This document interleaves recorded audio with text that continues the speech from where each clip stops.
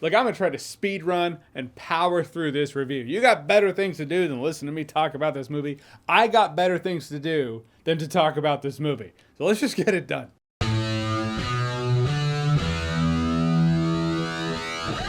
You're still here? Well, bless you. You make it all worth it in my book. Everyone else bailed, play their Baldur's Gate 3, but not you. You stuck around and that makes you mighty. So Founders Day is a movie.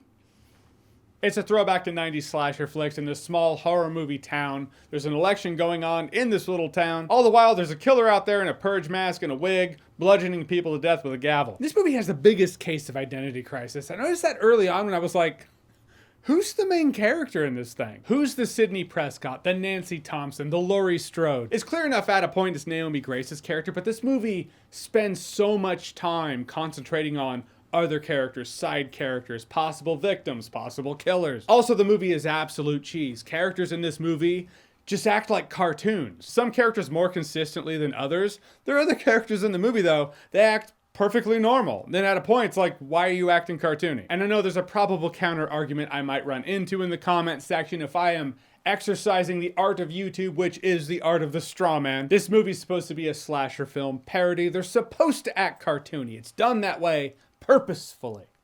I get it. I get it in the same way I get that shitty tasting coffee is still coffee. But if it tastes like shit, it's only fair to call it as it is. Same thing. Kind of. And it comes down to entertainment and fun factor. I just wasn't laughing. It wasn't ever funny. But it's clearly trying to be funny in parts. So I felt like I was just sitting there watching bad stand-up comedy. You know how we've all been there. You know how awkward that can get. There were times it was clearly trying to be more serious, and then other times it was trying to be a parody. It almost feels like, and this is just, I'm just telling you how it feels, not telling you how it happened. But it feels like while this movie was being filmed, someone was cutting it together in the editing room, and someone made the call like, look, this is not landing. I'm sure we can rebrand and lean into it being some sort of parody, cheesy comedy thing.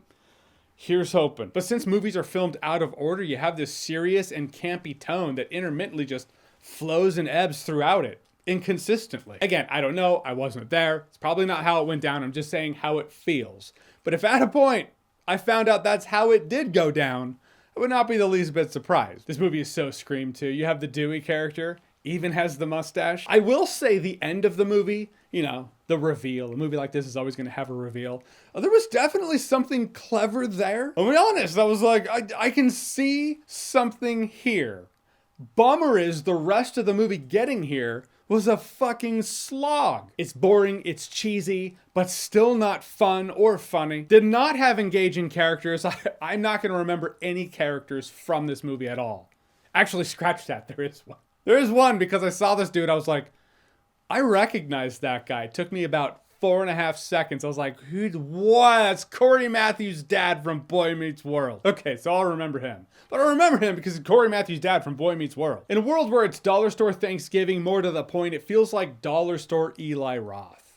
I don't think that's a title any movie actually wants, but there we are. Maybe in 20 years, people will point back to reviews like this and be like, see, people didn't even like this movie when it came out. Now it's a classic. Until then, I just wanted out of this thing. I almost left early. Glad I didn't because the wrap up was actually the best part of the movie. But all in all, the movie remains dog shit. One thing that bothered me in the movie, and I don't think it was the auditorium I was in, was there were scenes when music would just blare in the film.